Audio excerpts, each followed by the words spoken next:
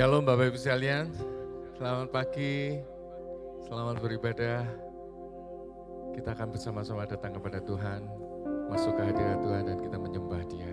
Katakan kepada Tuhan bahwa Engkau kudus, Engkau layak disembah. Yes.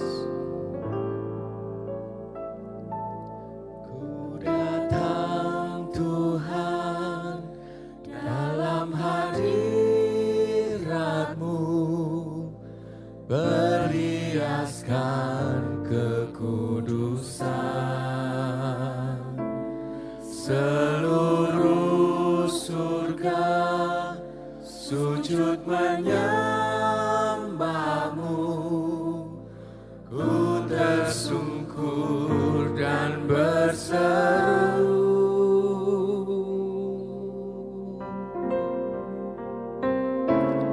Ku datang Tuhan dalam hadirat-Mu,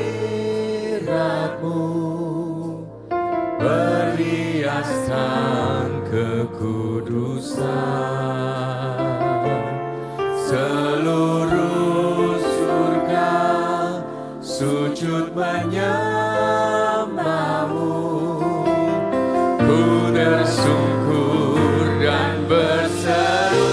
Oh, kudus, kuduslah, kuduslah Tuhan Allah semesta alam. Kudus, kuduslah, kuduslah Tuhan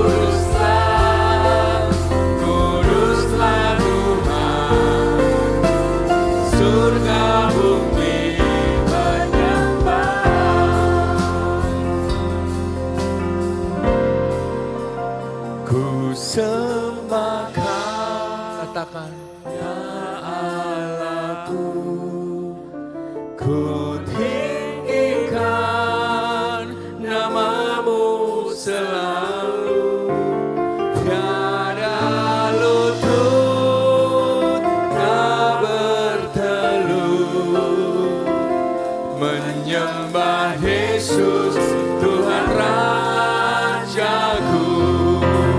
Ku sembah Kau. Bersama kita angkat tangan kita sembah Tuhan kita. Berikan yang terbaik kepada Tuhan yang layak Dia terima bagi kita.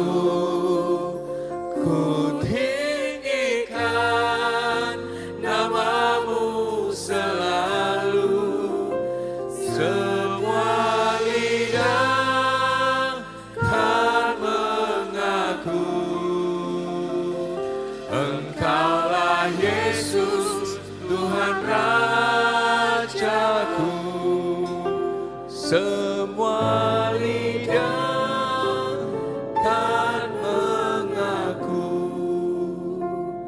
Engkaulah Yesus, Tuhan Rajaku.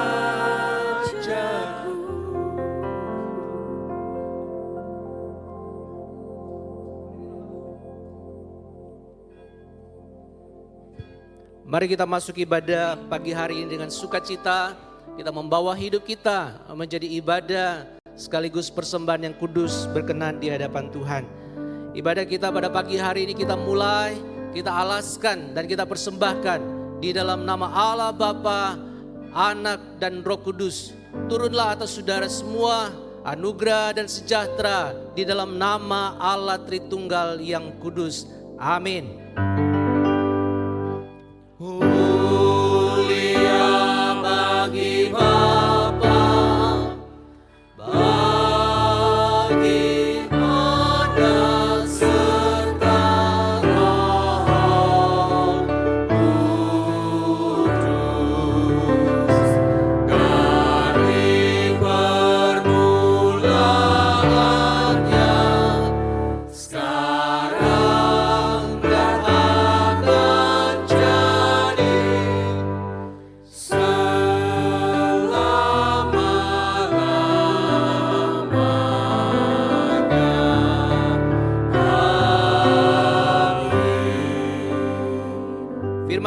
Di dalam Kejadian pasal 1 ayat 27 dan 28 berbunyi, Allah menciptakan manusia menurut gambarnya, menurut gambar Allah diciptakannya dia, laki-laki dan perempuan diciptakannya mereka.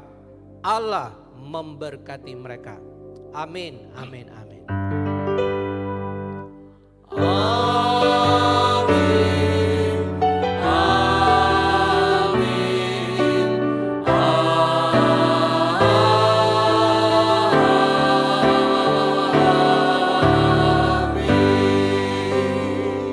Silakan duduk, kita akan mendengarkan persembahan pujian dari GP Kids.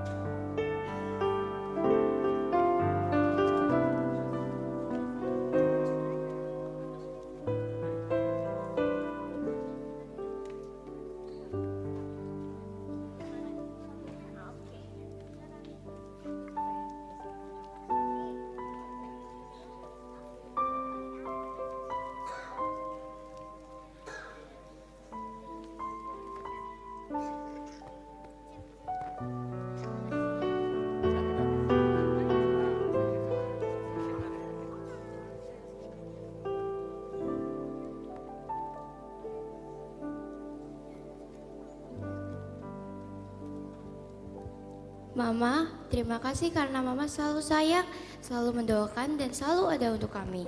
Lewat perhatian dan ada untuk kami, kasih sayang Mama, aku belajar bahwa Tuhan Yesus itu begitu baik dalam hidupku. Hari ini aku ingin bilang, terima kasih Mama, kasih Mama selalu cukup untukku.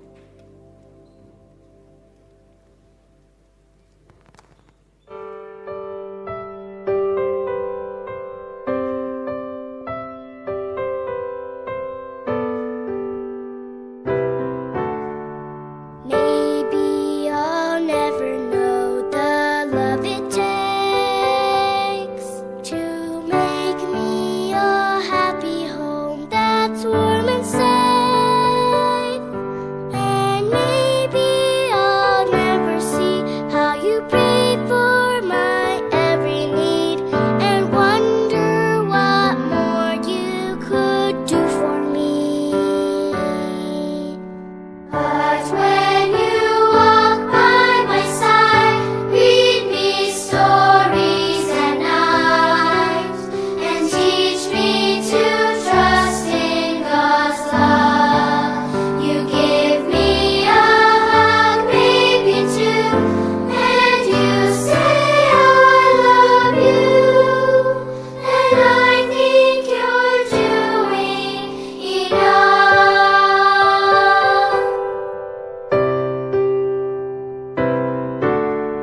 Maybe you wonder if you're teaching me every good thing that I can someday be. But all that I know of faith and of kindness and love and strength, I've learned just by watching you every day. So when you stay by my side, hear my stories at night, and teach me to trust in God's love. You give me a hug, maybe two, and you say I love you, and I think you're doing enough.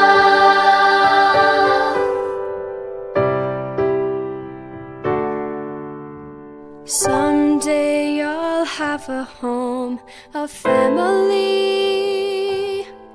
and I'll love them just as much as you love me. Then maybe you'll finally see you have given enough for me, a gift that will last through eternity. So when you stay by my side, hear my stories at night, and teach me to trust in God's love. You give me a hug, maybe two, and you say I love you, and I think you're more than enough. And I'm blessed every step by your love.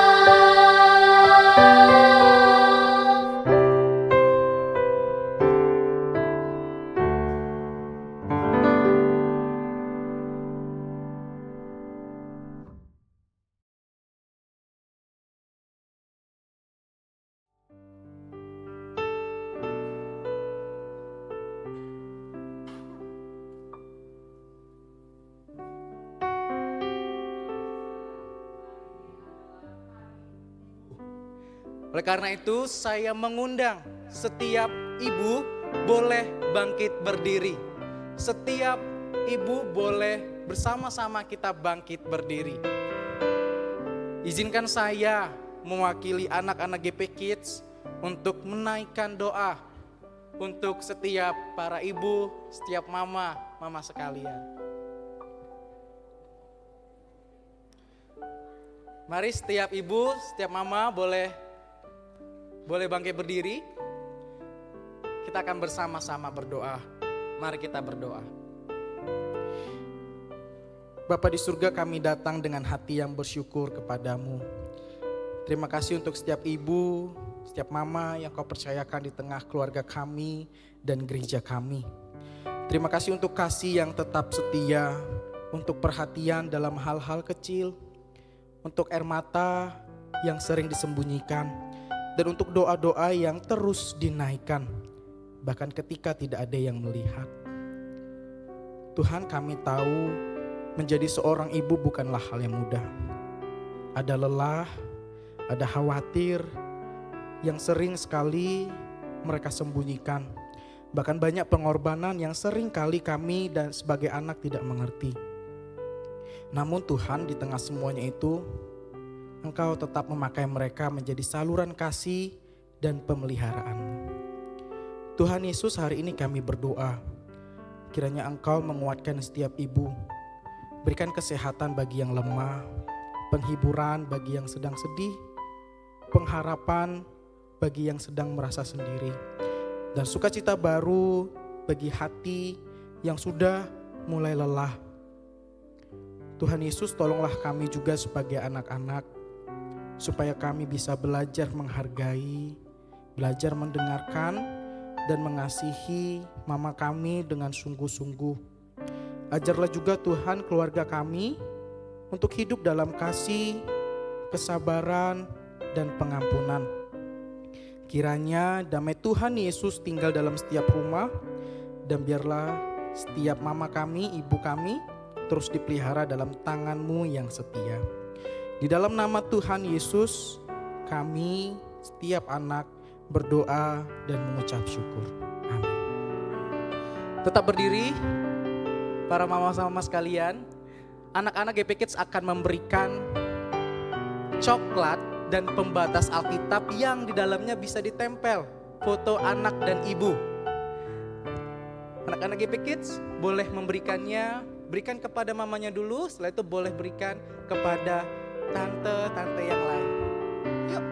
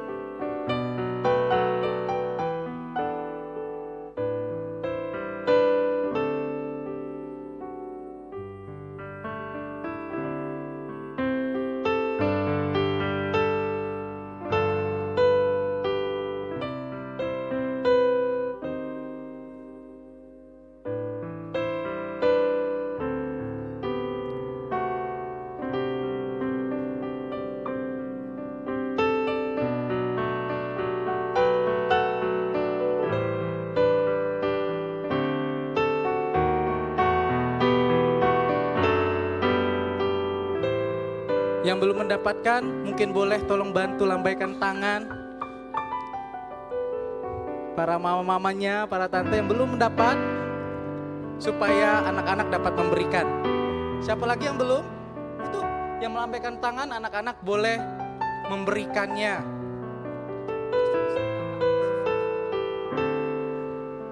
Siapa lagi yang belum? Masih ada yang belum?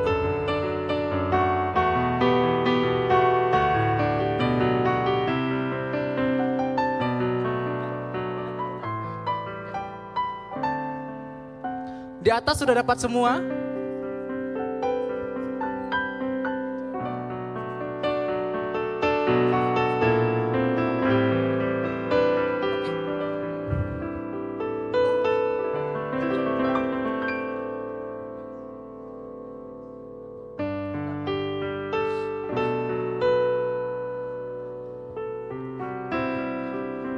Masih ada?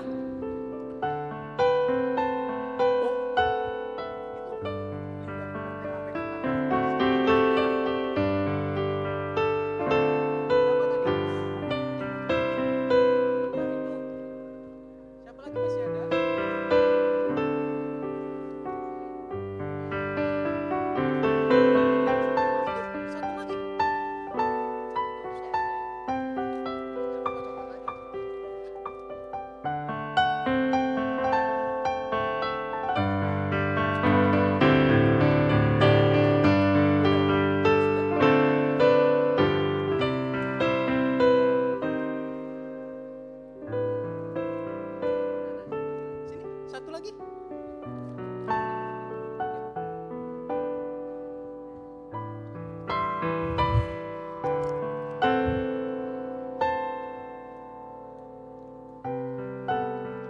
Sudah semua?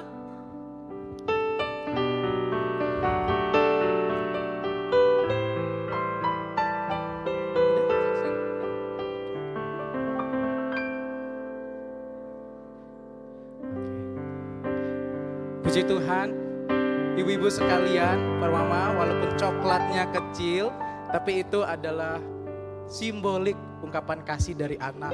Dan itu ada pembatas Alkitab, di sana ada space kosong untuk bisa para ibu, para mama sekalian bisa menempelkan foto bersama anak-anak mereka. Terima kasih, puji Tuhan, Tuhan Yesus memberkati kita sekalian.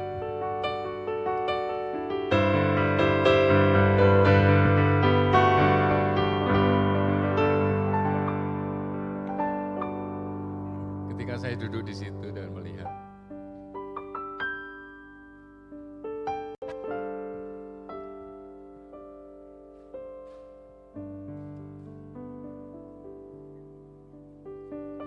saya juga ingat mama saya.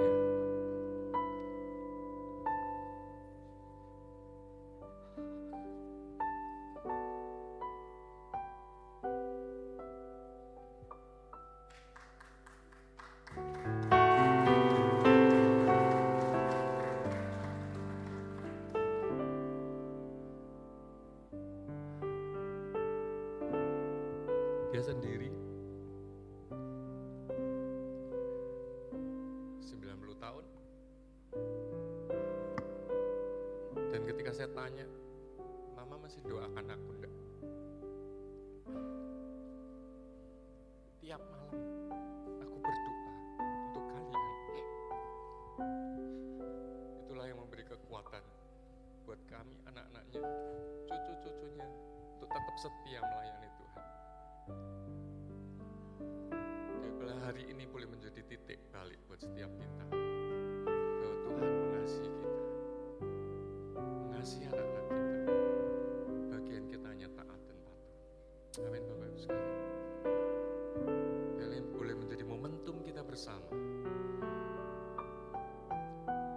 bahwa tanpa Mama kita bukan siapa-siapa. Tuhan menciptakan Mama kita. Mungkin kali ini ada yang bersedih,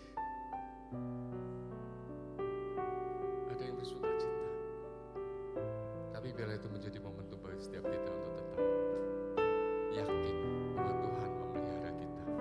Apapun yang terjadi dalam kehidupan kita, Tuhan tetap dalam kontrol kita, atas hidup kita. Amin Bapak Ibu sekalian. Oke, saya jadi sentimental, tapi biarlah ini boleh menjadi sesuatu yang baik buat setiap kita. Ketika kita dekat sama Tuhan, sentuhan-sentuhan itu bisa kita rasakan, karena Tuhan seolah-olah membelai kita. Jangan takut anakku, kalaupun saat ini engkau bersedih, engkau punya beban berat, aku ada di sini untuk kamu.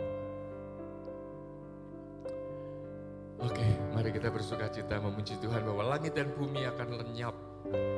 Karena Dia ciptakan itu, kita tetap sembah sujud di hadapannya, puji Dia, kita sembah Dia. Saya undang Bapak Ibu untuk berdiri.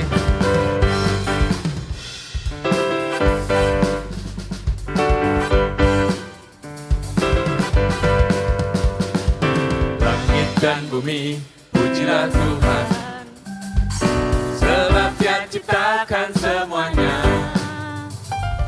Keagungannya mengatasi langit bumi, sembah sujud di hadapannya. Langit dan bumi, pujilah Tuhan, sebab Dia ciptakan semuanya.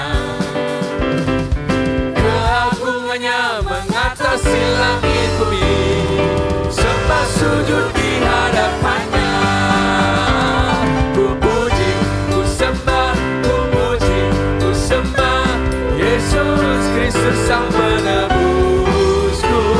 Ku puji, ku sembah, ku puji, ku sembah Yesus Tuhan dan Rajaku.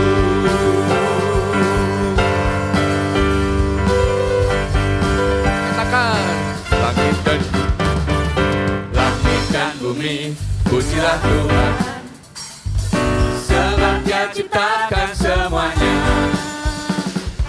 Keagungannya mengatasi langit bumi, sembah sujud di hadapannya.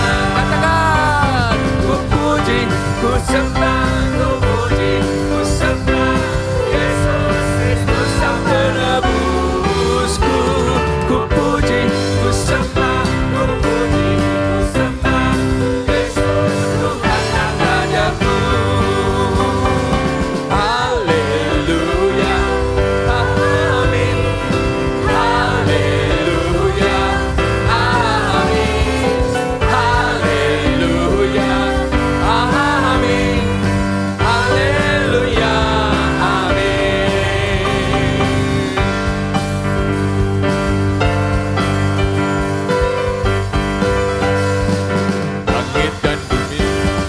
Langit dan bumi, pujilah Tuhan, sebab Dia ciptakan semuanya.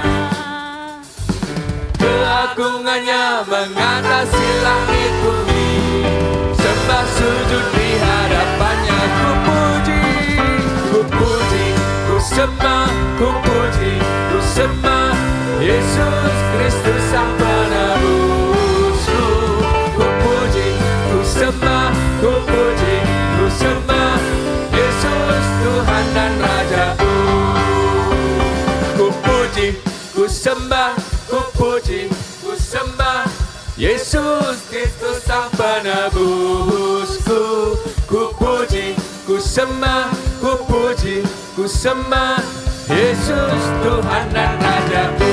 Ku puji, ku puji, ku sembah, ku puji, ku sembah Yesus Kristus Sang Penebusku. Ku puji, ku sembah, ku puji, ku sembah Yesus Tuhan dan Rajaku. Haleluya, amin. Haleluya, amin. Haleluya, amin. Haleluya, amin. Haleluya, haleluya,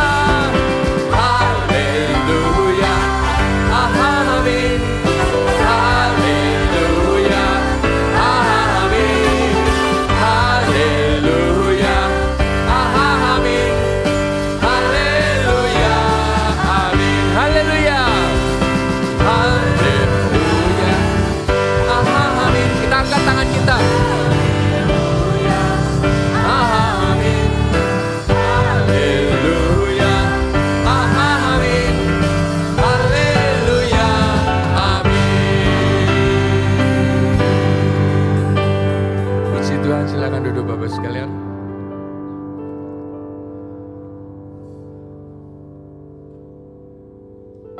Kita akan siapkan hati kita untuk masuk.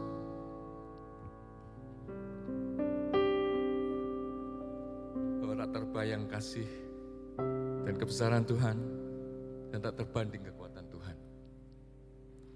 Tuhan, Kau megah bagiku, segenap jiwa dan pengharapan. Masih mau memuji Tuhan? Bagi yang tetap mau memuji Tuhan, mari kita berdiri lagi dan kita akan sembah Tuhan sekali lagi.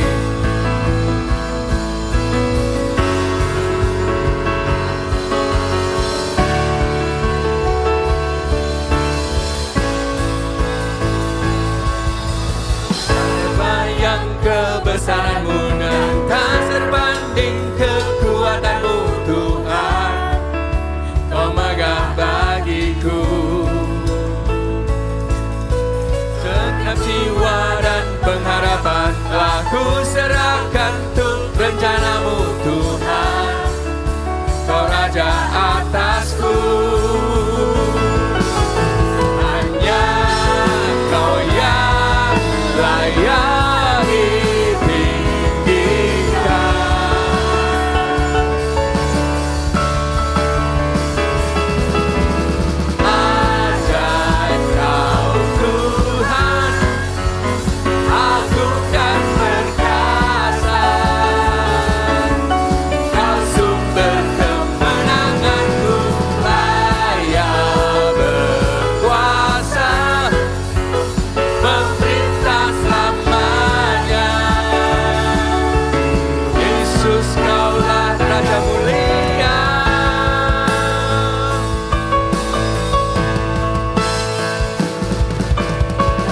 Apa yang kebesaran-Mu dan tak terbanding kekuatan-Mu Tuhan, Kau megah bagiku.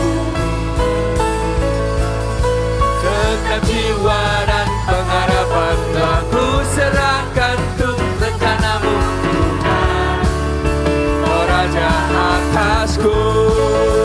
Katakan, hanya Kau yang layak ditinggikan.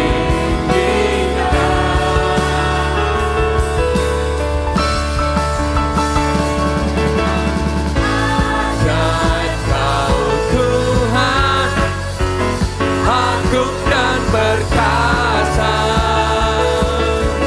Kau sumber kemenanganku, layak berkuasa, pemerintah selamanya. Yesus, Kaulah Raja mulia, ajaib Kau Tuhan, agung dan perkasa, Kau sumber kemenanganku, layak berkuasa, pemerintah selamanya.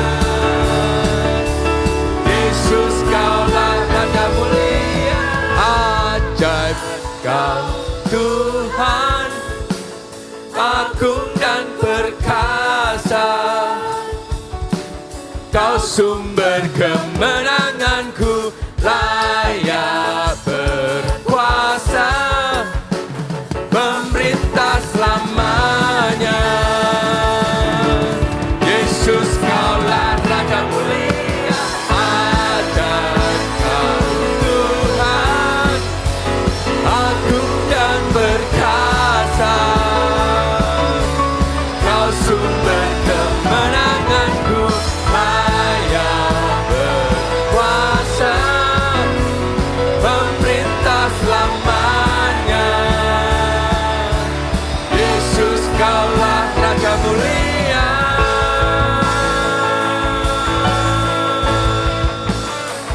Kemuliaan, kemuliaan pada Tuhan. Silakan duduk Bapak sekalian.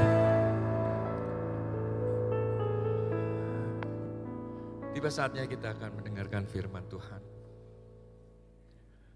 Bila kita seperti rusa yang rindu sungai Tuhan.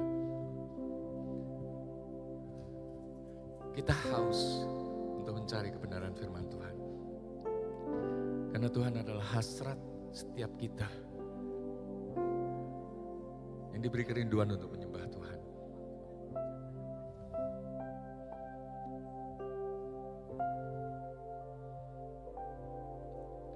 Seperti rusa rindu sungaimu, jiwaku rindu Engkau. Kaulah Tuhan hasrat. Biarlah ini menjadi doa setiap kita. Kami rindu menyembah-Mu Tuhan.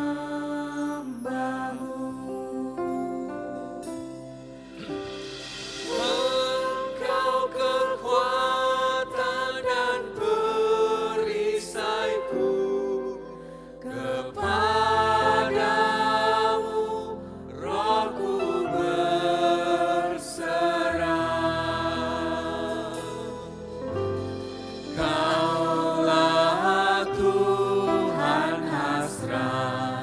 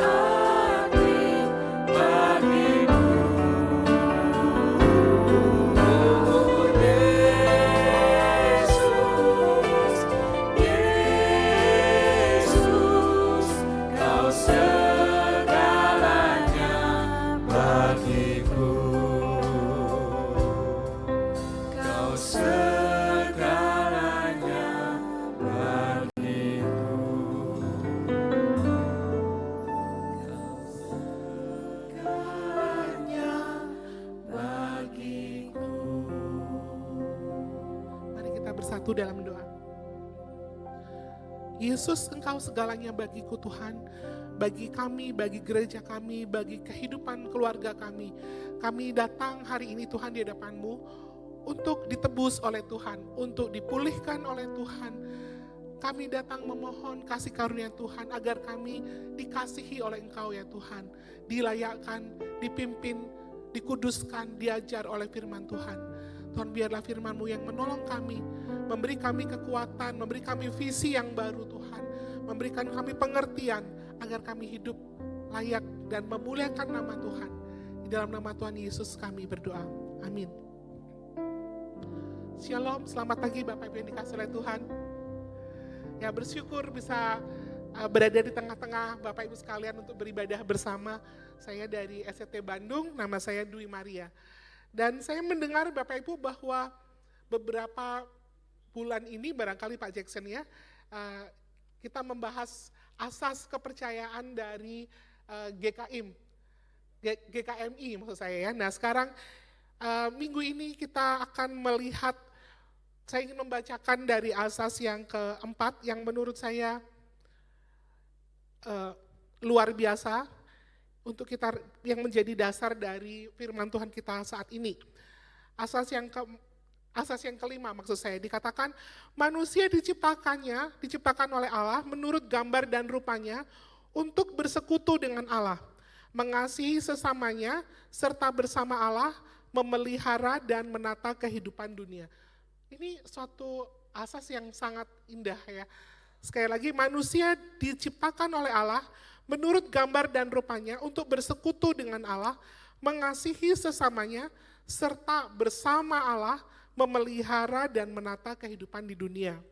Nah tentu saja Bapak Ibu, asas ini diambil dari kitab Kejadian. Kejadian pasal 1 dan pasal 2 berbicara tentang hal ini. Khususnya di dalam Kejadian pasal yang pertama, ayat 26 dan 27, kemudian 28. Saya akan membacakan bagi kita sekalian. Berfirmanlah Allah, baiklah kita menjadikan manusia menurut gambar dan rupa kita, supaya mereka berkuasa atas ikan-ikan di laut dan burung-burung di udara, atas ternak dan seluruh bumi, atas segala binatang yang melata di bumi. Allah menciptakan manusia menurut gambarnya, menurut gambar Allah diciptakannya dia laki-laki dan perempuan, diciptakannya mereka. Allah memberkati mereka dan berfirman kepada mereka, beranak cuculah dan bertambah banyaklah, penuhilah dan taklukkanlah bumi, berkuasalah atas ikan-ikan di laut, burung-burung di udara, dan atas segala binatang melata di bumi. Amin. Bapak Ibu Saudara yang dikasihi oleh Tuhan, kita bersyukur ya pagi ini kita bisa merayakan Hari Ibu Internasional, dan sangat mengharukan melihat anak-anak bernyanyi kemudian mengapresiasi mama atau oma mereka pagi hari ini. Cuma sayangnya Bapak Ibu, ketika saya merenungkan akan Hari Ibu ini, saya membaca dan melihat di dalam berita gitu ya, ironis sekali di tengah perayaan Hari Ibu, jumlah single mom itu di Indonesia bertambah banyak ya, dan banyak kasus perceraian yang terjadi. Ibu yang seharusnya dihargai seperti tadi kita di dalam gereja gitu ya, banyak sekali di antara mereka yang kemudian di-abandon. Ya, ibu-ibu yang diabaikan, dimusuhi, terjadi perpecahan, konflik. Dan ini tentu saja mempengaruhi banyak hal. Banyak generasi muda yang tadinya bercita-cita kalau zaman dulu ingin menjadi ibu, ingin membentuk keluarga, ingin punya anak, sekarang mereka memilih tidak menikah. Karena melihat peran ibu itu tidak seberharga dibandingkan cara orang berpikir yang zaman dulu, dipikirnya itu kuno begitu.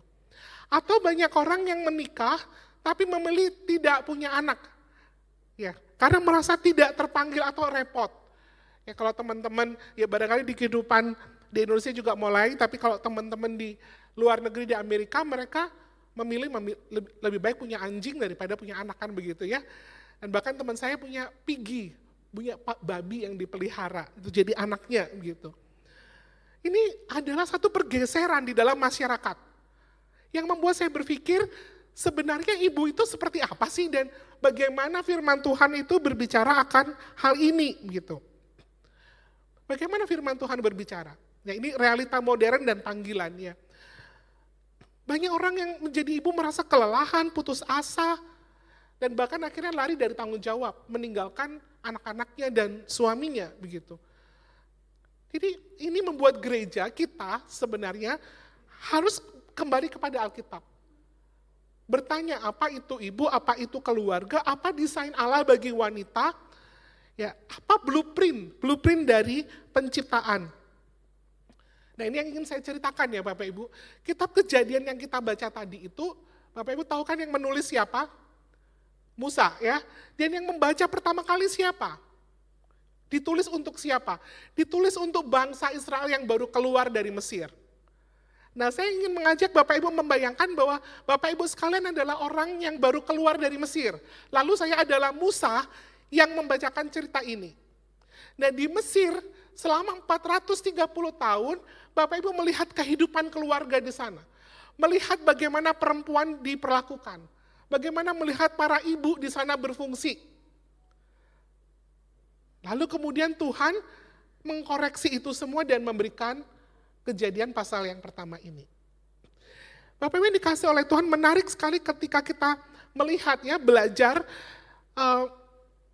kalimat, baiklah kita menjadikan menurut gambar dan rupa kita, menjadikan manusia menurut gambar dan rupa kita.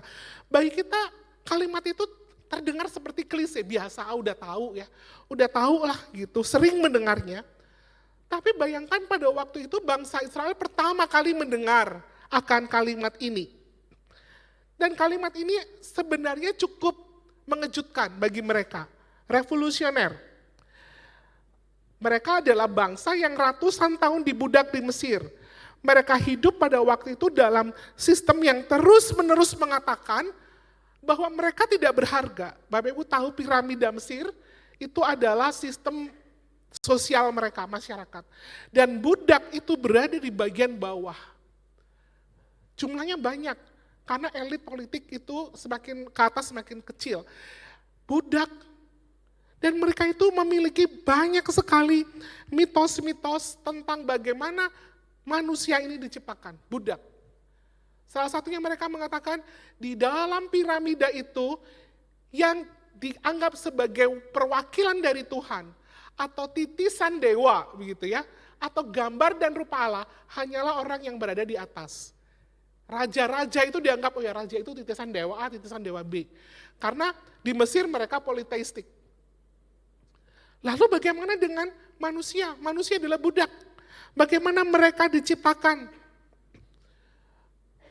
Sebenarnya ketika saya membaca buku-buku tentang mitologi Mesir, itu menjijikkan. Cara mereka memandang budak atau manusia atau bangsa Israel. Atau perempuan khususnya, karena perempuan lebih rendah lagi dibandingkan dengan yang pria. Ada yang mengatakan, oh ya budak itu diciptakan dari air mata para dewa, karena itu hidupnya harus menderita.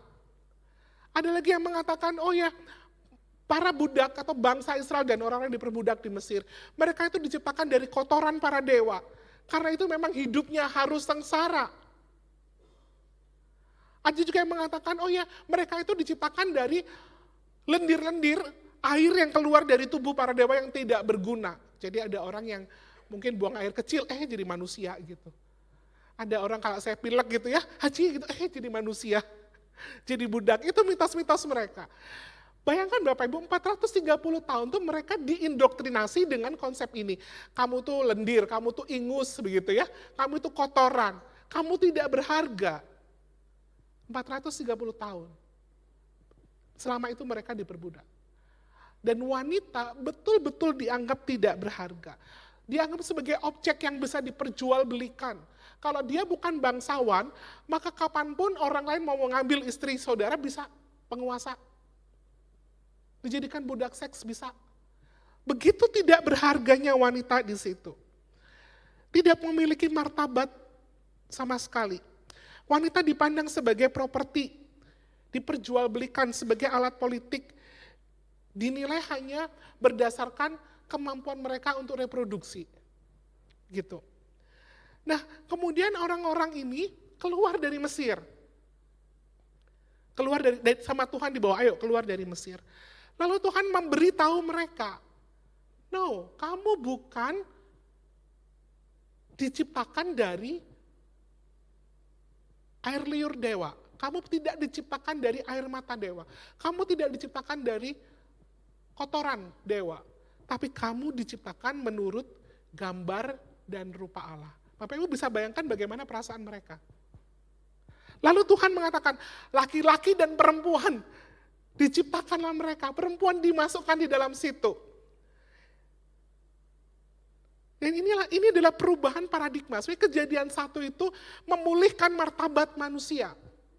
Mengangkat mereka, meridim mereka, menebus mereka dari kondisi yang sangat bobrok, kemudian diangkat menjadi segambar dan serupa dengan Allah. Kalau saya jadi bangsa Israel, saya kan bingung. Katanya yang segambar dan serupa dengan Allah itu hanya Fir'aun. Karena dia dianggap sebagai keturunan dewa matahari. Jadi, kalau kita diciptakan menurut segambar dan serupa dengan Allah, maka kita, bangsa Israel menjadi setara dengan Fir'aun. Menjadi setara dengan penguasa. Menjadi setara dengan bangsawan. Jadi firman ini Bapak Ibu berkata, kamu bukan budak, kamu bukan manusia kelas 2, kamu bukan hanya alat reproduksi. Kamu adalah milik Allah, kamu diciptakan untuk memancarkan kemuliaan Tuhan. Bayangkan betapa pentingnya firman ini bagi bangsa Israel, khususnya wanita yang hidup di zaman itu. Tuhan memulihkan martabat mereka, memberikan dignity yang tidak bisa diberikan oleh dunia. Nah Bapak Ibu, hari ini saya rasa banyak wanita yang terlalu rendah memandang dirinya. Semoga kita tidak begitu. Kalau saya tanya, ibu kerja di mana? Oh enggak, saya hanya ibu rumah tangga. Kan begitu ya. Saya hanya mengurus anak. Saya tidak punya pencapaian yang besar. Atau merasa minder dibandingkan dengan wanita lain yang lebih sukses. Saya beda lah ya, kalau mereka kan wanita karir. Kalau kita, apalah ya, kita cuma di rumah. Atau oma-oma yang sudah menyelesaikan tugasnya, kemudian merasa, ya udahlah kita hanya di rumah saja. Sepertinya nilai dirinya menjadi turun atau direduksi berdasarkan produktivitas kita. Kita nggak produktif lagi loh. Karena itu nilai kemanusiaan kita menjadi turun begitu. Dan ini semua adalah pandangan modern. Pandangan modern. Perempuan yang merasa kalah dibanding mereka yang terlihat lebih sukses, lebih cantik, lebih mapan, lebih dihargai. Dunia kita sama seperti Mesir, Bapak Ibu. Sama seperti Mesir, mengajak kita membuat manusia diukur dari produktivitasnya, dari penampilannya, dari popularitasnya, atau dari pengakuan sosial. Ya, akibatnya banyak orang merasa putus asa, merasa lelah, ibu-ibu juga begitu, ya, merasa dirinya tidak penting. Merasa dirinya tidak penting. Karena itu saya rasa Kejadian 1 ini harus terus kita renungkan dan kita pikirkan. Karena firman Tuhan mengingatkan bahwa nilai seorang manusia tidak ditentukan oleh dunia. Nilai saudara dan saya ditentukan karena kita diciptakan menurut gambar dan rupa Allah. Sebelum kita jadi ibu, ya sebelum kita bekerja, kita terlebih dahulu adalah milik Tuhan. Milik Tuhan, ya, yang melihat kita sangat berharga. Milik Tuhan yang melihat kita tuh sangat mulia. Dan Tuhan punya tujuan, aku ingin menciptakan si ibu A, ibu B, ibu C gitu ya. Saya menciptakan ibu Foni, ya, saya menciptakan Bu Lydia, Bu Lingga, Bu Devina. Saya ingin dia ada di dunia ini karena mereka itu adalah gambar dan rupaku. Supaya ketika orang melihat mereka bisa melihat Tuhan. Bisa melihat Tuhan. Jadi Bapak Ibu Saudara yang dikasih oleh Tuhan, mari para perempuan kita jangan memandang diri kita rendah. Dan ikut cara dunia memandang diri kita. Demikian juga keluarga. Anak-anak juga begitu, anak-anak sering tidak memandang, dulu saya juga sebagai anak pernah mengalami hal ini. Memandang orang tua berbeda karena kita merasa lebih sukses dari orang tua. Ya, saya sempat menyesal cara saya waktu itu berbicara dengan papa saya. Ya menganggap mereka kuno, papa mah ketinggalan zaman, papa mah nggak ngerti apa-apa, gitu. Ya, saya kalau ingat itu sedih ya, nangis gitu. Ingat kok dulu saya ngomong begitu ya sama papa saya. Tapi itulah dunia, itu dunia. Anak-anak melihat orang tua sering begitu. Dan ini adalah panggilan bagi anak-anak untuk bertobat sebenarnya. Karena orang tua kita diciptakan menurut gambar dan rupa Allah. Oma opa kita diciptakan menurut gambar dan rupa Allah. Mereka berharga di hadapan Tuhan. Ya, suami juga begitu, harus membantu istri untuk menunjukkan bahwa keberadaan mereka itu sangat berarti, sangat berarti. Dibandingkan dengan orang lain yang berada di sekitar dunia kerja dan lain sebagainya. Ini sering saya mendengar kasus-kasus kayak sekarang ada satu teman saya, dosen di ST Bandung, istrinya mengalami baby blues dan perasaan yang minder karena sudah jadi kerja, sekarang tidak bekerja, nilai dirinya sangat rendah. Nilai dirinya direduksi sedemikian rupa, menjadi tidak berharga karena dia menyamakan dirinya dengan pencapaian-pencapaian di dunia kerja yang selama ini dia miliki. Ketika itu hilang, maka dirinya menjadi hancur. Tapi pun mari kita datang kepada Tuhan dan memohon Tuhan menolong kita supaya kita bisa melihat mama kita dari perspektif Tuhan. Kita melihat istri dari perspektif ilahi. Kita melihat oma kita sebagai manusia, wanita yang sungguh mulia, sungguh indah, karena diciptakan menurut gambar dan rupa Allah. Itu yang pertama ya Bapak Ibu. Jangan lagi ada yang mengatakan saya hanya seorang ibu rumah tangga. Karena ibu rumah tangga dipakai oleh Tuhan sebagai wakilnya untuk menghasilkan generasi-generasi yang takut akan Tuhan. Lalu Bapak Ibu yang dikasih oleh Tuhan,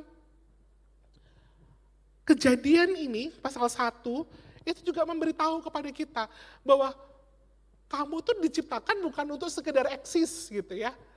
Tetapi diciptakan untuk mengerjakan misi Tuhan. Manusia diciptakan untuk misi, bukan sekedar untuk eksis ya. Sejak awal penciptaan, Tuhan tidak hanya menciptakan manusia untuk sekedar ada, ya, untuk sekedar ada gitu, bertahan hidup, menjalani rutinitas tanpa tujuan, ya bukan untuk sekedar hidup, menikah, punya anak, lalu mati gitu. Enggak, Tuhan punya tujuan yang lebih besar daripada itu. Manusia diciptakan dengan mandat, dengan misi yang mulia. Dikatakan, beranak cuculah, bertambah banyak, penuhilah bumi, taklukkanlah, berkuasalah atas ikan-ikan di laut, dan seterusnya. Seringkali ayat ini dipahami hanya untuk perintah punya anak atau ya udah membangun keluarga begitu ya. Tapi sebenarnya maknanya jauh lebih besar daripada itu. Tuhan sedang memberikan mandat kepada manusia untuk mengelola seluruh bumi. Saya suka membayangkan begini ya, kalau saya jadi Adam dan Hawa, kalau saya jadi Hawa diciptakan, lalu ada globe, Tuhan serah ini loh, Hawa, ini loh Adam, ini globe, dunia, kamu yang mengelola sekarang. Ini adalah satu mandat yang sangat penting. Artinya manusia dipanggil oleh Tuhan untuk mengelola satu peradaban, mengembangkan satu peradaban. Dan Tuhan ingin peradaban itu adalah peradaban yang mencerminkan kemuliaan Tuhan. Menghadirkan nilai-nilai kerajaan Allah di muka bumi. Kata taklukkanlah, berkuasalah, itu bukan perintah untuk mengeksploitasi. Tentu saja. Tetapi itu adalah perintah untuk kita menghadirkan nilai-nilai atau budaya dari kerajaan Allah di dalam dunia. Nah, Bapak Ibu bayangkan bangsa Israel itu yang baru keluar dari Mesir itu mendengar perintah ini, ya, mendengar mandat ini, mendengar tujuan bahwa manusia diciptakan seperti ini. Tadi saya katakan, di dalam mitos-mitos Mesir, manusia itu diciptakan untuk menjadi budaknya para dewa. Kalau Bapak Ibu nonton film, itu pas sangat kelihatan, manusia dan dewa, jaraknya jauh. Manusia diciptakan untuk melayani dewa. Suruh ini, suruh itu, kasih sesajen, kasih persembahan. Kalau sesajennya kurang, dewanya marah. Fungsinya itu, kamu hadir untuk jadi budak para dewa. Disuruh perang oleh dewa. Disuruh ini dan itu oleh dewa. Ya, mereka diciptakan untuk dikuasai, itu singkatnya. Manusia diciptakan untuk dikuasai. Tetapi kalau kita melihat di dalam ayat ini dikatakan kamu dipanggil bukan untuk dikuasai justru tapi untuk menguasai dunia. Beda Bapak Ibu ya. Dipanggil untuk berkuasa. Bukan untuk dikuasai begitu. Kata yang dipakai adalah untuk mengusahakan dan untuk memelihara. Ya, kalau bahasa Ibrani abad dan syamar, ya. Dan itu selalu kata yang sama dipakai di dalam ibadah bangsa Israel. Kata-kata ini begitu. Nah, itu artinya apa Bapak Ibu? Ketika bayangkan ya, ketika kejadian 1 Tuhan menciptakan dunia. Perintah Tuhan itu bukan begini, kabarkanlah Injil karena belum ada dosa. Bukan itu. Dirikanlah gereja, kan tidak. Tapi Tuhan bilang begini, kuasai, taklukkan, pelihara, dan kembangkan bumi ini. Artinya Tuhan berharap, oh ya saya ciptakan Taman Eden, kalau disuruh mengembangkan, Tuhan berharap Taman Eden ada perubahan nggak Bapak Ibu? Disuruh mengembangkan loh. Harusnya ada perubahan ya. Ada perubahan, karena nanti kalau kita lihat di Wahyu, Bapak Ibu, sudah nggak ada lagi Taman Eden, adanya kota Yerusalem. Nah, dari taman ke kota, itu ada dalam rencana Tuhan. Dan itu disuruh manusia mengusahakan. Saya suka begini ke mahasiswa ya, coba bayangkan kalau kamu berada di Taman Eden, lalu Tuhan punya perintah ini, kamu adalah Adam dan Hawa. Lalu punya anak, anaknya nggak cuma 2 Kain dan Habil, tapi tiba-tiba anaknya 100. Apa yang harus dikembangkan di situ? Profesi apa yang ada di sana? Bertani, berdagang, membangun rumah. Kalau dokter nggak ada ya, karena nggak ada sakit penyakit. Dokter muncul nanti setelah kejatuhan dosa sebagai alat penebusan. Jadi ada profesi yang ada di awal, ada profesi yang muncul setelah dosa. Seperti saya dosen nggak ada di awal, karena semua manusia punya pengetahuan yang komplit tentang Tuhan. Setelah manusia jatuh dalam dosa tidak mengenal Tuhan, maka sebagai rohaniawan kita dipanggil untuk menebus pikiran-pikiran itu, supaya kembali mengenal kepada Tuhan.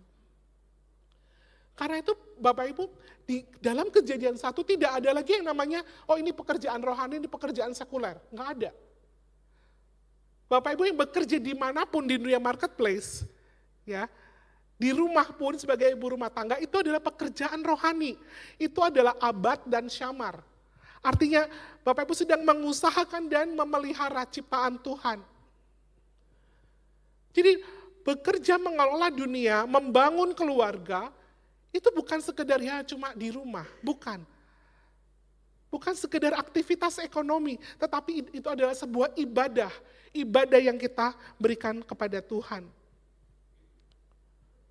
Bayangkan sekali lagi, Bapak Ibu adalah orang Israel yang baru keluar dari Mesir.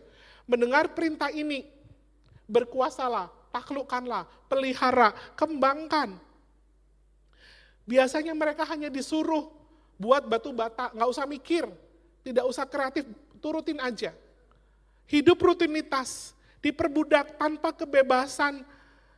Manusia tidak dihargai, bahkan bayi-bayi dibunuh pun nggak ada yang protes. Kenapa? Ya karena tadi konsepnya, manusia mah hanya ingusnya para dewa. Dibunuh nggak masalah, itu konsep mereka. Tapi Tuhan berbeda sekali, tidak. Kamu tidak diciptakan dengan cara yang hina. Kamu tidak diciptakan untuk menjadi budak Firaun. Kamu tidak diciptakan untuk menjadi budak penguasa politik. Tapi kamu diciptakan untuk menjadi wakil Allah. Engkau diciptakan untuk mengelola dunia.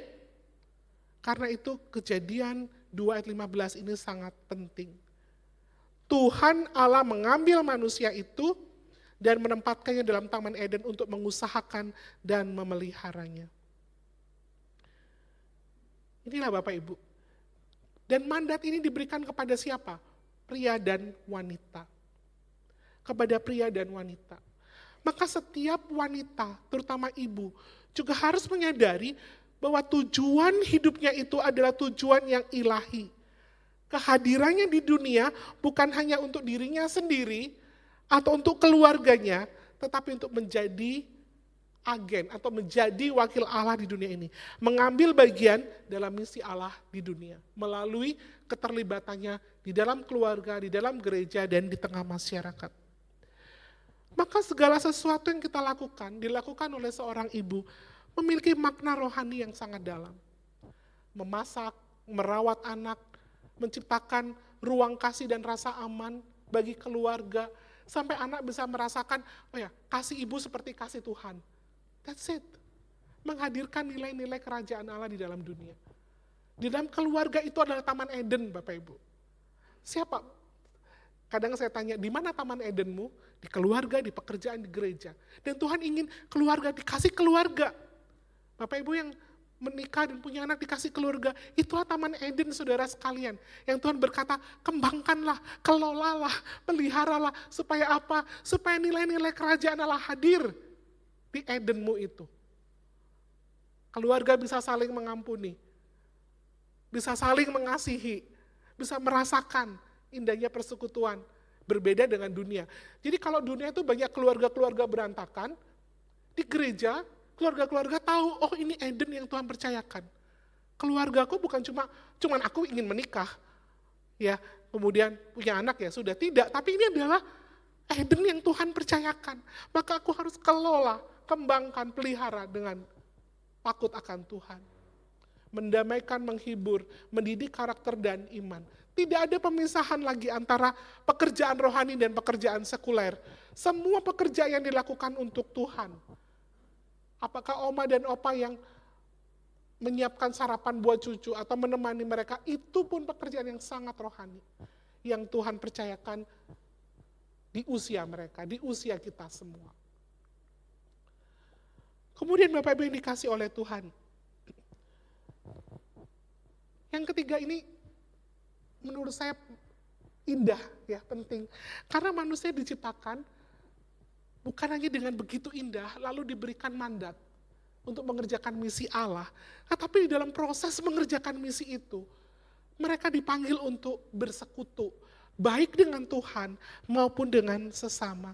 Karena itu dikatakan tidak baik kalau manusia itu seorang diri saja. Dan kalimat ini tuh muncul ketika Tuhan memberikan mandat atau misi untuk mengelola bumi itu. Bapak yang dikasih oleh Tuhan, masalah Adam di Taman Eden zaman itu bukan sekedar masalah kesepian. Adam gak pernah ngomong, Tuhan aku kesepian loh carikan istri. Enggak. Bukan sekedar masalah kesepian. Ya, tetapi lebih daripada itu, manusia Tuhan tahu bahwa Adam gak akan bisa hidup sendirian. Begitu. Baik secara emosi, secara rohani, secara fisik, gak mungkin. Apalagi untuk mengerjakan tadi mandat budaya, mandat misi Tuhan, mengelola bumi. Ini Tuhan melihat Eden, lalu melihat Adam. Aduh kayaknya Adam gak mungkin deh bekerja sendirian untuk mengerjakan misi Tuhan. Ya. Jadi sejak awal Tuhan itu merencanakan supaya misinya dikerjakan bersama di dalam persekutuan. Karena itulah dia menciptakan keluarga sebagai tempat di mana kerajaan Allah pertama kali dinyatakan, keluarga. Jadi kalau orang mau lihat cicipan surga gitu ya istilahnya, mau ke surga nggak ada bayangan. Ya ada pendeta-pendeta yang ngomong di surga itu nanti jalan-jalannya emas, orang buang sampah aja kita kaget sampahnya berlian gitu. Tapi bukan itu di sini. Yang ditekankan oleh Tuhan yang disebut dengan keluarga itu, ya, kan ada yang mengatakan pernikahan itu merasakan surga di dunia begitu ya. Bukan hanya karena relasi suami dan istri, tetapi karena karakter Allah itu muncul di dalam keluarga. Tidak ada orang yang bisa mengampuni di dunia ini dengan begitu luar biasa kecuali papa dan mama kita. Nah, saya bayangkan duka, saya begitu kurang ajarnya sama orang tua, tapi tetap aja diampuni, tetap aja dikasihi. Dan itulah Tuhan. Itulah Tuhan kita. Jadi kalau nggak ada persekutuan, nggak ada keluarga, misi Allah tidak mungkin dijalankan. Taman Eden bukan hanya taman yang indah, tapi tempat kehadiran dan pemerintahan Allah dinyatakan. Dan menariknya Bapak Ibu ya di sini,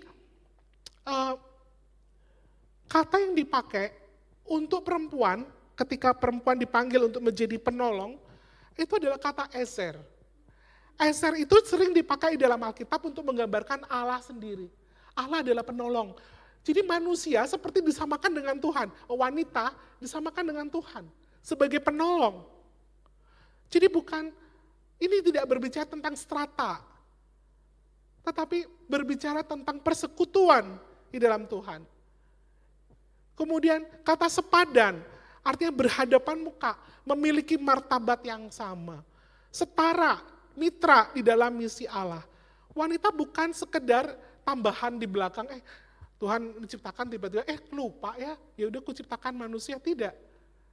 Ya, tetapi menjadi bagian yang sangat penting di dalam menjalankan mandat Tuhan ini. Sejak awal, Tuhan tidak pernah merancangkan manusia secara individualis, egois, begitu ya. Tetapi diciptakan untuk bersekutu dengan Allah, dengan pasangan, dengan keluarga, dengan komunitas, bergereja. Dengan demikian, keluarga kita adalah kerajaan Allah yang harus kita kerjakan. Keluarga kita adalah komunitas misi. Lalu keluarga diperluas gereja. Gereja kita juga adalah kerajaan Allah. Ini adalah Eden. Gereja kita adalah komunitas misi. Karena itu gereja juga dipanggil menjadi cicipan surga. Kalau di luar misalnya ya, saya suka ngomong begini, di luar di kerjaan orang merasa tertindas, masuk di gereja, ya jangan ditindas lagi begitu. Ini sering saya omongin ke gereja saya sendiri ya di Bandung. Kalau di luar gereja merasa mereka rasis, di gereja jangan ada rasisme lagi begitu. Di keluarga kan nggak ada yang seperti itu. Kalau di luar gereja konflik itu diselesaikan dengan cara barbar, di dalam gereja konflik diselesaikan dengan cara yang penuh kasih. Jadi orang merasakan cicipan surga, pasti nggak sempurna, namanya juga cicipan. Di mana? Di keluarga Kristen dan di gereja. Lalu Tuhan juga berkata begini, beranak cuculah dan bertambah banyak. Artinya bukan cuma sekedar proses prokreasi supaya dunia ini penuh, tidak. Tetapi Tuhan begini, oh iya, satu orang nggak bisa mengerjakan misi Allah sendirian, ditambah dengan Hawa. Tapi Tuhan berkata di dalam rencanaku, gak cukup 2 orang. Karena dunia ini besar milik Tuhan. Karena itu Tuhan berkata beranak cuculah dan bertambah banyak. Bukan sekedar menghasilkan anak, tetapi menghasilkan pekerja misi bagi Tuhan. Dan disinilah peran ibu menjadi sangat penting. Termasuk juga peran papa pastinya. Tapi yang melahirkan adalah ibu. Ibu tidak hanya melahirkan anak. Amin ibu-ibu. Saudara melahirkan pekerja misi. Misionari. Misionari yang mau dididik, misionari yang mau dimuridkan, yang mau dibentuk untuk melayani Tuhan. Jangan takut, bukan artinya semua anak harus sekolah teologi. Saya tidak promosi STB di sini ya. Tapi kalau mau ya boleh ya. Tidak begitu. Tadi saya katakan di awal, tidak ada pemisahan rohani dan sekuler. Jadi apapun, tetapi kalau dia memahami misi Tuhan, anak-anak yang dididik dalam keluarga adalah misionari. Jadi kalau saya bayangkan gereja ini, kita bersekutu di sini, ini adalah Eden Bapak Ibu. Kita harus mengusahakan, kasih dirasakan oleh semua orang, kemurahan Allah dirasakan oleh semua orang. Lalu kita diajarkan hari minggu demi minggu dengan firman Tuhan. Setelah itu Bapak Ibu dan Saudara semua, anak-anak di youth, anak-anak sekolah minggu, diutus keluar sebagai misionari. Sehingga ketika mereka pulang ke rumah, mereka tahu ini ladang misi. Ketika mereka ke sekolah, mereka tahu di sini aku menjadi wakil Tuhan. Di kantor-kantor, di sekolah-sekolah, di rumah sakit, di toko-toko. Ada misi yang diutus oleh GKMI. Jadi kita kalau ditanya gerejamu gereja yang bermisi ya? Iya. Gereja kita adalah gereja yang bermisi. Bukan karena program mission trip. Bukan hanya karena seberapa jumlah yang menjadi misionari. Tetapi karena gereja ini adalah gereja yang mengutus jemaatnya keluar sebagai utusan Injil Kristus. Jadi Bapak Ibu dan Saudara sekalian, seorang ibu bukan hanya mengurus kebutuhan rumah tangga dan itu dianggap pekerjaan yang kurang bergengsi, tetapi sedang membangun Eden di rumah. Membangun Eden bagi keluarganya, menciptakan ruang yang penuh kasih, membangun rasa aman, menanamkan iman, mengajar karakter, membentuk hati anak-anak untuk mengenal Tuhan. Mungkin kelihatan sederhana dan tersembunyi, tetapi di mata Tuhan itu adalah pekerjaan kerajaan Allah. Ketika seorang ibu berdoa, menenangkan hati anak yang takut, mendamaikan pertengkaran, menghibur yang sedang sedih, mengajarkan apa arti kejujuran, menunjukkan kasih, ibu-ibu sedang menghadirkan kerajaan Allah di keluarga, di rumah. Dan dari rumah itulah akan lahir generasi yang dipakai oleh Tuhan untuk tadi menguasai, menaklukkan, memelihara, dan mengembangkan dunia. Di dunia IT, di dunia media, di dunia korporat, dimanapun itu.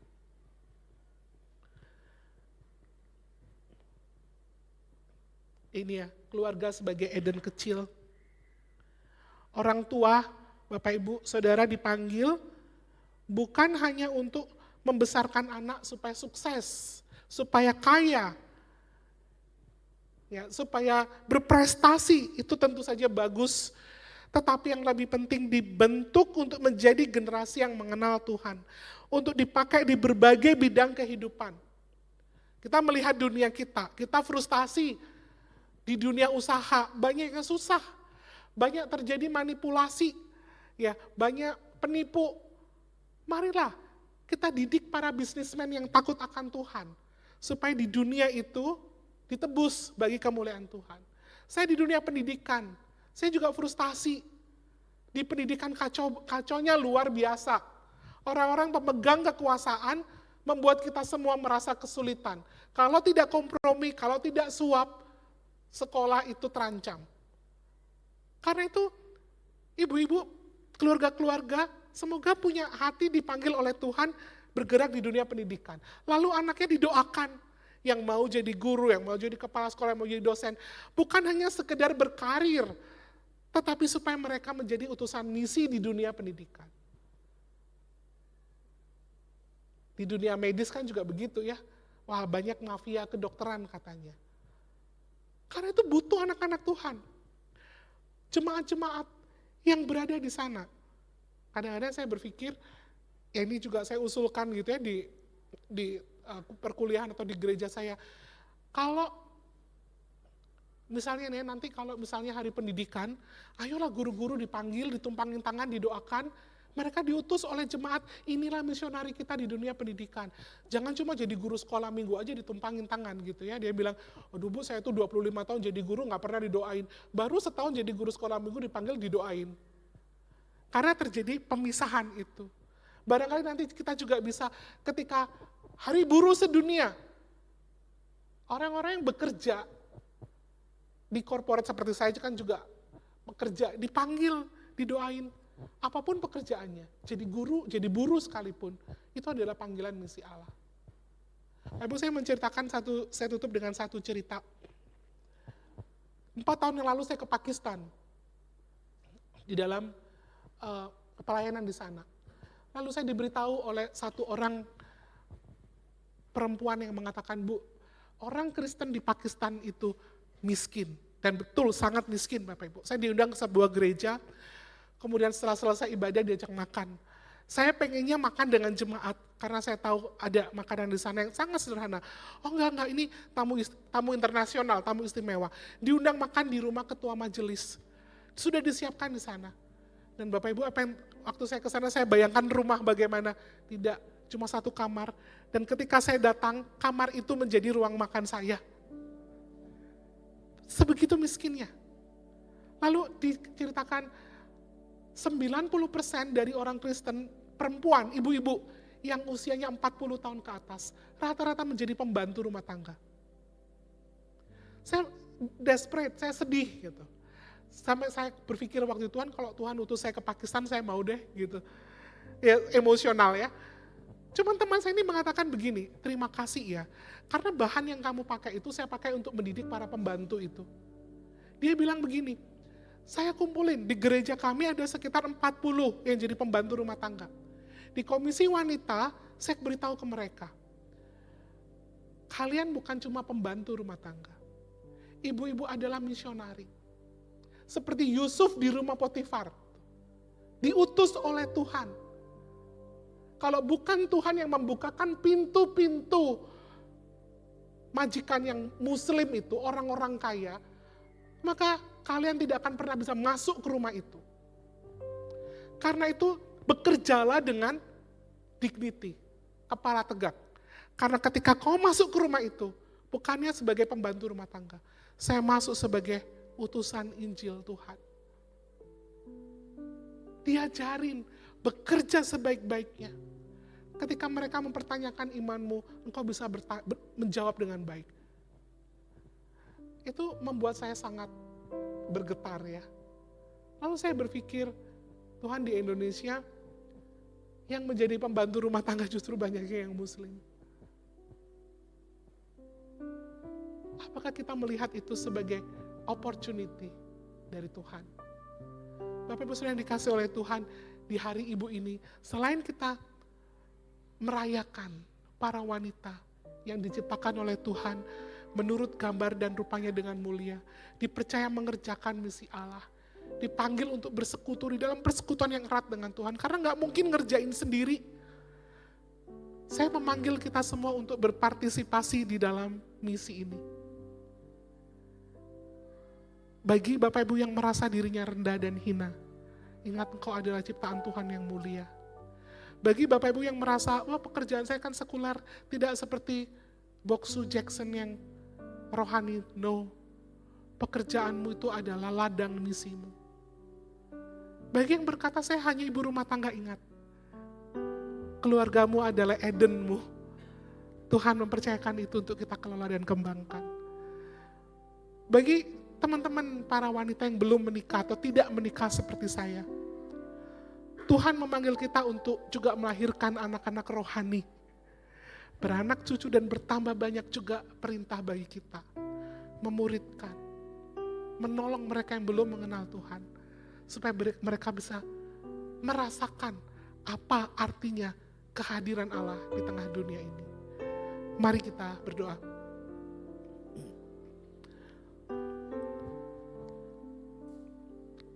Tuhan Yesus, kami bersyukur Tuhan karena Tuhan memanggil kami, menciptakan kami dengan begitu mulia.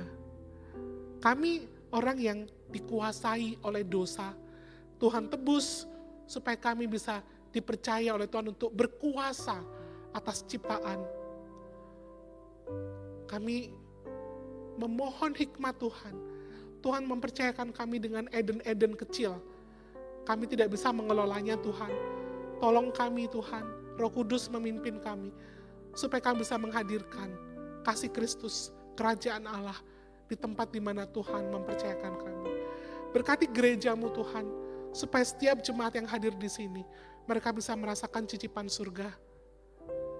Mereka bisa merasakan kehadiran Tuhan.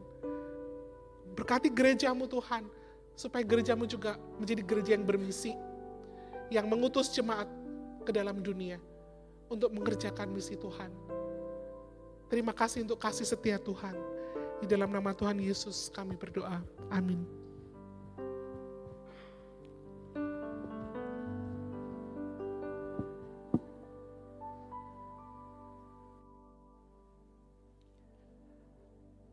Bapak Ibu yang dikasih oleh Tuhan, saya undang berdiri sebagai bagian dari jemaat Anabaptis Mennonite. Mari bersama kita akan mengikrarkan komitmen kita, yaitu komitmen kemuridan. Kami bersaksi bahwa tidak seorang pun dapat sungguh-sungguh mengenal Kristus kecuali ia yang mengikutinya setiap hari dalam kehidupan. Silakan duduk. Kita akan menaikkan beberapa pokok doa syafaat dan kemudian kita akan mendoakan persembahan yang akan kita berikan kepada Tuhan. Bapa kami yang bertahta di dalam kerajaan surga, saat ini kami ingin menaikkan beberapa pokok doa syafaat kami. Kami berdoa menyerahkan untuk beberapa keluarga yang sedang di dalam masa-masa duka karena kehilangan orang yang mereka kasihi, yang mereka cintai. Kami berdoa untuk keluarga besar dari Ibu almarhumah Ko Guatngo. Kami berdoa untuk Bapak Ibu Ivander Setiawan karena anak yang mereka kasihi, anak Givela Ivarlin Setiawan dipanggil pulang oleh Tuhan. Mari Engkau yang balut luka yang dalam hati mereka, atas hidup mereka. Mereka tetap percaya bahwa Tuhan yang baik adalah Tuhan yang tetap memberi kekuatan dan penghiburan kepada mereka di masa-masa duka ini. Kami juga berdoa menyerahkan untuk jemaat-jemaat kami yang sedang dalam kelemahan tubuh, sedang dalam sakit dan masa proses pemulihan. Kau berkati Ibu Anafianti. Kami berdoa untuk Bapak Ibu Gondo. Kami berdoa untuk Bapak Ibu Halim. Kami berdoa untuk Bu Ipung. Kami berdoa untuk Bapak Yani Farodi. Kami berdoa untuk Bapak Petrus Agustiawan. Kami berdoa untuk Ibu Ping. Kami berdoa untuk Ibu Marwan. Kami berdoa untuk Pak Anton. Mari Engkau yang hadir di tengah-tengah kelemahan tubuh mereka. Mereka tetap memiliki iman, pengharapan dan kasih mereka kepada Tuhan di tengah-tengah kelemahan tubuh. Kami juga berdoa untuk setiap anggota keluarga yang menemani dan mendampingi. Biarlah Engkau berikan kekuatan, kesabaran, penuhi mereka dengan cinta kasih Tuhan. Kami menyerahkan setiap jemaat dalam pergumulan-pergumulan yang ada, kelemahan tubuh yang sedang mereka alami. Engkau hadir dan memberikan kekuatan. Mereka yang sedang bergumul dengan pekerjaan dan usaha mereka, Engkau juga hadir memberikan jalan keluar akan persoalan ekonomi dan usaha mereka. Mereka yang sedang bergumul dengan relasi-relasi dalam keluarga, Engkau hadir dan berikan pemulihan relasi dalam setiap keluarga mereka. Kami juga menyerahkan untuk gereja kami ini. Engkau berkati ya Tuhan, tolong gereja kami untuk menjalankan apa yang ingin Tuhan kerjakan melalui gereja kami di tengah-tengah dunia yang Engkau hadirkan bagi gereja ini. Kau berkati setiap hamba Tuhan, Kau berkati setiap majelis, pengurus yang ada dan setiap jemaat Tuhan untuk dipakai oleh Tuhan menjadi instrumen, menjadi alat-Mu yang efektif di tengah-tengah dunia ini. Kami menyerahkan untuk bangsa dan negara ini di tengah-tengah persoalan yang tidak mudah, baik secara nasional maupun internasional. Berikan hikmat, kebijaksanaan kepada pemerintah kami, presiden dan wakil presiden. Demikian juga untuk para menteri yang ada. Biarlah mereka boleh mengambil kebijakan, keputusan-keputusan yang baik dan tepat untuk bangsa ini. Terima kasih Tuhan, kami tetap percaya bahwa keluarga kami, negara kami, dan dunia ini ada di dalam kedaulatan Tuhan. Engkau punya sejarah atas semuanya. Kami percayakan ke dalam tangan Tuhan. Dan sebentar ketika kami ingin memberikan persembahan, kami sedang mempersiapkan persembahan kami. Kiranya persembahan yang kami bawa ini adalah ungkapan syukur kami kepada Tuhan. Apa yang kami bawa ini adalah ungkapan sukacita atas apa yang Tuhan sudah kerjakan dalam hidup kami. Dan pakailah persembahan yang kami kumpulkan ini untuk kemuliaan nama Tuhan. Terima kasih Tuhan, terpuji nama-Mu. Ini doa kami di dalam nama Tuhan Yesus. Kami sudah berdoa dan bersyukur. Haleluya. Amin.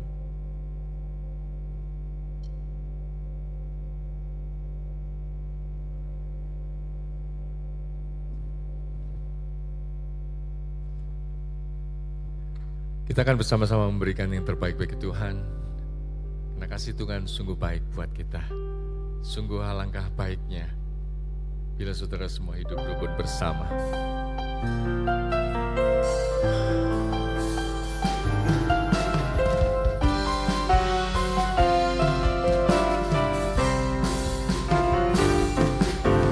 Sungguh alangkah baiknya, sungguh alangkah indahnya, bila saudara semua hidup rukun bersama. Sungguh alangkah baiknya, sungguh alangkah indahnya, bila saudara semua hidup rukun bersama. Seperti minyak di kepala Harun yang kecangkut dan jubahnya turun, seperti embun di bukit Hermon mengalir ke bukit. Sebab kesanalah Allah memerintah agar berkat-berkatnya tercurah, serta memberikan anugerah hidup selama-lamanya.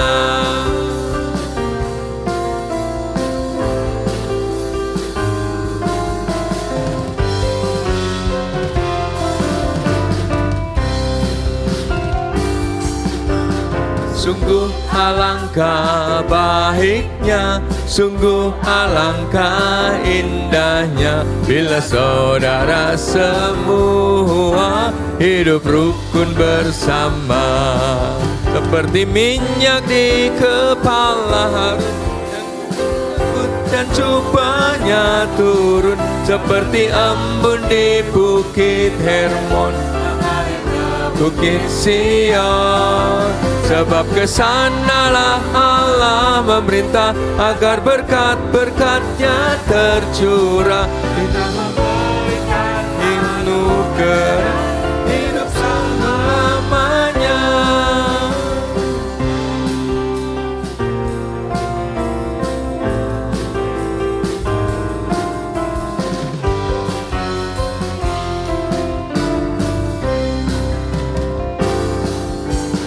Sungguh alangkah baiknya, sungguh alangkah indahnya, bila saudara semua hidup rukun bersama.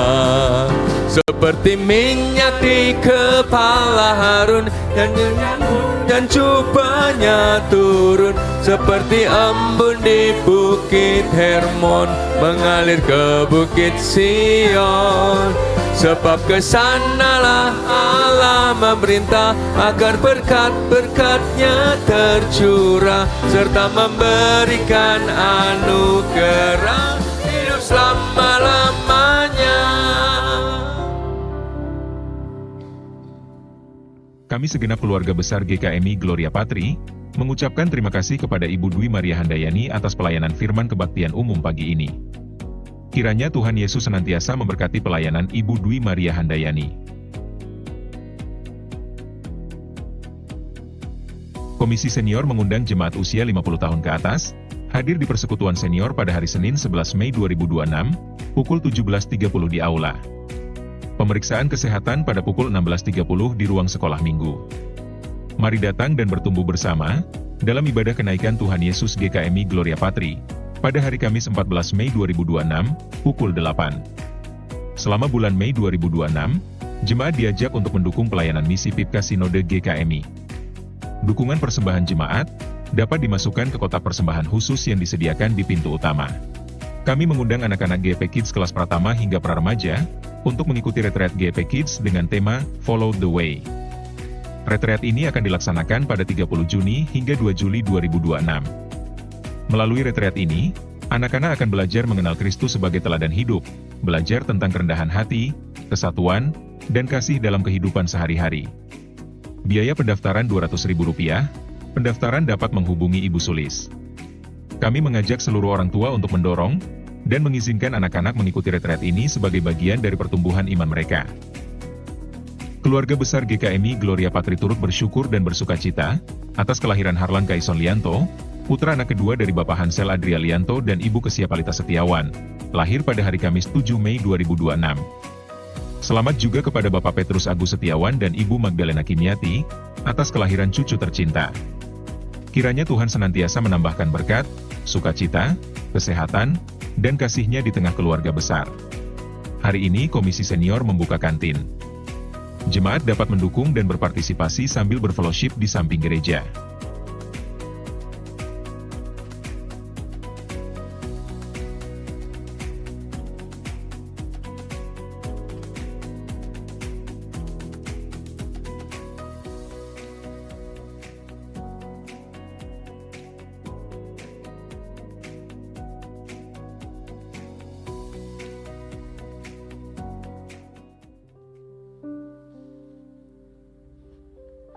Kita akan akhiri ibadah kita pagi ini.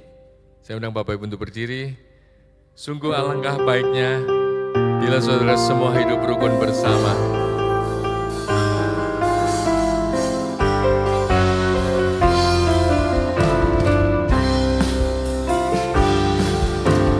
Sungguh alangkah baiknya, sungguh alangkah indahnya bila saudara semua hidup rukun bersama. Seperti minyak di kepala Harun yang kecanggut dan jubahnya turun, seperti embun di bukit Hermon mengalir ke bukit Sion. Sebab kesanalah Allah memerintah agar berkat-berkat-Nya tercurah serta memberikan anugerah selama-lamanya. Seperti embun di kepala Harun yang kecanggut dan jubahnya turun, seperti embun di bukit Hermon mengalir ke bukit Sion. Sebab kesanalah Allah memerintah agar berkat-berkat-Nya tercurah serta memberikan anugerah hidup selama-lamanya. Pulanglah dan terimalah berkat dari Tuhan. Tuhan memberkati engkau dan melindungi engkau. Tuhan menyinari engkau dengan wajah-Nya dan memberi engkau kasih karunia. Tuhan menghadapkan wajah-Nya kepadamu dan memberi engkau damai sejahtera. Allah sumber kasih dan damai sejahtera akan menyertai kamu.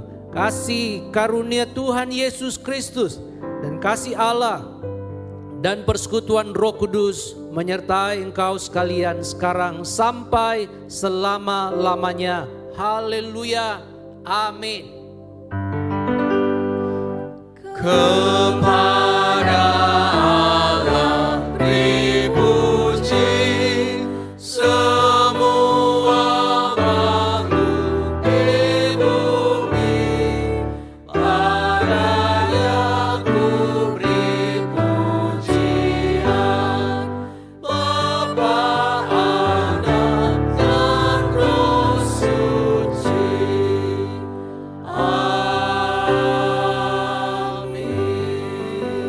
Silakan duduk, ibadah selesai, saat teduh. Selamat hari Minggu, Tuhan memberkati kita semua.